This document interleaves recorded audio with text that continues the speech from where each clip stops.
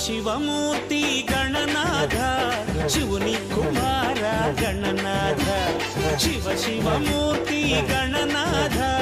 శివుని కుమార గణనాథ చేయడానికి కానీ మీ పిల్లలను కానీ మీ భర్తలు కానీ మీ అన్నలను కానీ నాన్నలను కానీ ఒకసారి ప్రేరేపించి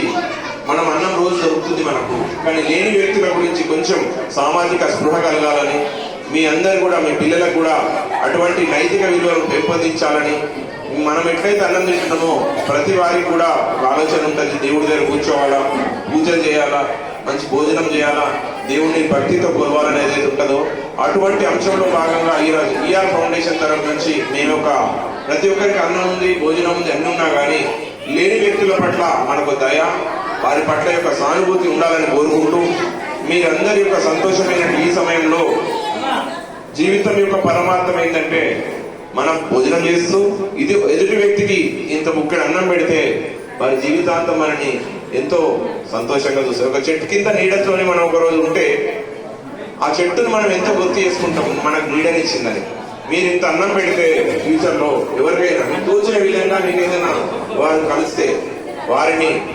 సాధారణంగా ఆహ్వానించి వారికి ఇంత భోజనం ముక్కడి అన్నం పెడుతూ వారి కడుపు నింపితే దేవుడు మనకు మంచి చేస్తాడు, మన పిల్లలకు మన సమాజానికి మంచి చేస్తాడన్న ఉద్దేశంతో ప్రతి ఒక్కరికి డబ్బులు ఉన్నాయి,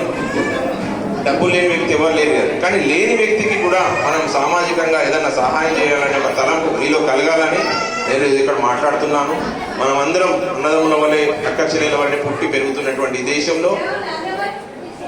పేదవాళ్ళు ఎవరైతే ఉన్నారో వారి యొక్క ఆలోచన దృష్టిలో పెట్టుకొని ఫ్యూచర్ లో మీరు కూడా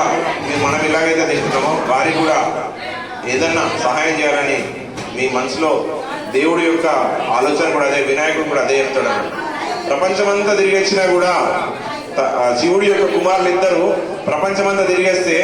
కుమారస్వామి అంతా బయలుదేరుతాడు, గణపతి మాత్రం తన తండ్రుల చుట్టే తిరుగుతాడు. అంటే పుణ్యము దైవం ఎక్కడ లేదు, తల్లిదండ్రుల చుట్టే ఉంది. అంటే అందులో ధర్మం ఏంటంటే లేని వాడికి చేయాలా, ఉన్నవారికి చేసినా చేయకపోయినా నడుస్తుంది, కానీ లేని వారికి చేయాలని ఒక సంకల్పం మీలో కలగాలని మాకు కూడా ఈ అవకాశం ఇచ్చినటువంటి నరేష్కి